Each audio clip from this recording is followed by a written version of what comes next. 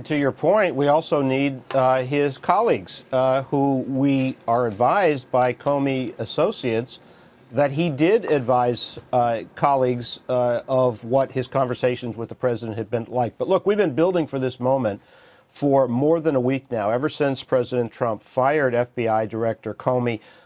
It got a little more serious later in the week last week when he did an interview with Lester Holt and said he'd been thinking about the Russia investigation. And then yesterday, we had the news first broken by the New York Times that James Comey had kept contemporaneous memos of his interaction with the president, and that one of those memos reports that President Trump had said, can you just drop this with respect to the investigation against Michael Flynn?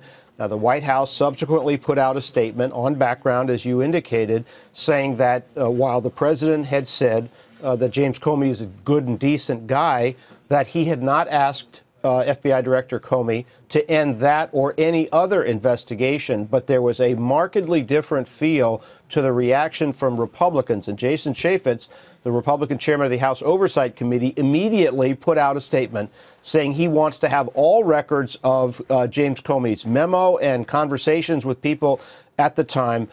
Chuck Schumer went to the Senate floor and urged other Republicans to press deeply to inquire into this, as Chaffetz did. Here's Chuck Schumer on the floor. Concerns about our national security, the rule of law, the independence of our nation's highest law enforcement agencies are mounting. The country is being tested in unprecedented ways. I say to all of my colleagues in the Senate, history is watching. Whether or not the ground which has been softening under President Trump among Republicans gives way and you have a flight of Republicans toward a posture like Jason Chaffetz, and one that could become more politically serious in terms of the president's survival in office. You had John McCain yesterday saying that this is now approaching Watergate levels.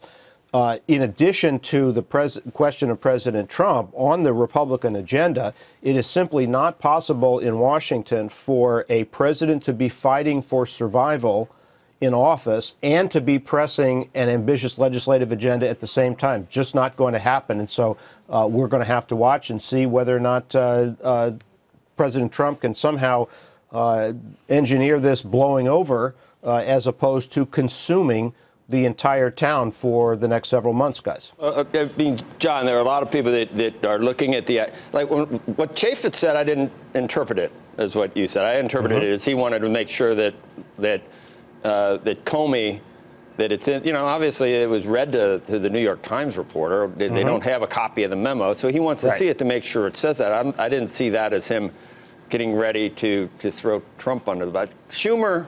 Well, to investigate, but I think John, that's the Schumer, question. I watched that. That was, I mean, he loves, we've always, I've known Schumer a long time, likes cameras. I mean, he that was very dramatic and everything else. But, but here's the thing. Democrats, if it is obstruction of justice, they will try to prove that. And they're like a pit bull on the throat of prey. And if it rises to that level, fine. At this point, saying, I hope you see clear to drop this, he's a good guy, that'd be a tough one. If there was no quid pro quo, and if it wasn't, I'll fire you if you don't do this, or I'm ordering you to drop this probe, that would do it. Saying it's my hope that you'll see clear to let this go, I don't know whether that rises to the level that where that would happen. I don't know whether you. Well, and by the way, if the memos are produced, it doesn't necessarily mean that. Well, then it's a he said. Produced, right, exactly. And then the tape wild card. And then the tape wild card is Comey. I was trying to figure that out. Would Comey call in the bluff? I don't believe you that you have tapes, or if you do have tapes, this is exactly this actually is what's said. I mean, there's all these nuances to it too, aren't there, John?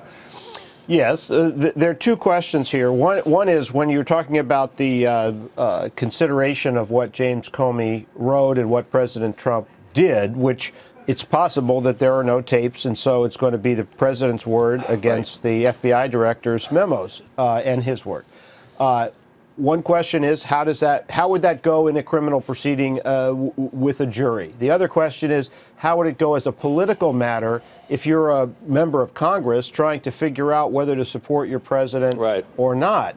And, you know, all of that is going to be subjectively determined by the mood of Republicans in Congress. You know, what we saw during Watergate was what finally brought President Nixon down was not news that he had, or proof that he had directed the Watergate break-in, because no such proof has ever surfaced. Yeah, we got that. But him talking to his chief of staff about dissuading the FBI from going forward. So this is it's a you know it when you see it kind of thing. It is and it isn't. People have different reactions. John, you know, one thing Democrats have done, they went with the I word a little early. I think January 21st was a little early to start talking about impeachment. You know, and they've been talking about when they had nothing the entire time, Maxine and you know, whomever you want to talk about. So when you actually do have something and you say the I word, it's, yeah, we heard it. We've been using it for the past 120 days anyway.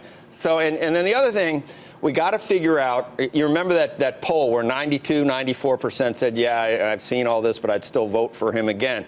That was before the last 2 or 3 weeks. But during the campaign, we had a tendency to say, oh, this is it. He just said the Second Amendment people with Hillary. Oh, my God. He just asked the Russians to hack her. Oh, my God. He just every week we had something that was going to derail his candidacy. And we saw that the voters felt differently than what the echo chamber in Washington felt was really significant. So I don't know whether it's true. I don't know whether it's changed from 92 or 94% or whatever it is, but I wouldn't assume that the people that voted for him are, when they hear, oh, God, I hope you see clear to drop this. I don't know whether that rises to an impeachable. I mean, there I am using the. Well, Joe, I think that the question is not the core Trump supporters who the kind who believe him under any circumstances. It's a high bar there were some for the I word, John. It's a high bar to impeach a president.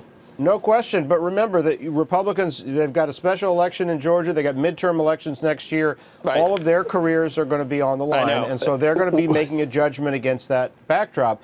But the people to watch are Republicans or independents who lean Republican. Or guys that are up in, senators that are up in 2 years. We need to. Yes, but people who reluctantly voted for President Trump, who might peel off. You had Corker, as you indicated. Corker, McCain, Graham. Yesterday that, or 2 days ago, that the White House was in a downward spiral. One problem for the president, as this is played out with the highest level of attention possible, is that James Comey has a stronger reputation for telling the truth than President Trump does.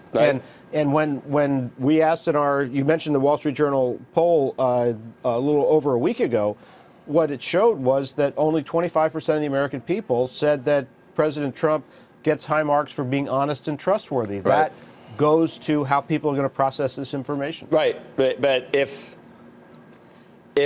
the exact quote, you know, that they're not even copying to at this point. They're not even copying to him saying that I hope you could see clear to drop this. Even that quote, I don't know. You know, that's it's God. The left is ready to go pretty quickly on the I word. They've been resisting. The question is the right. No, but they've been resist.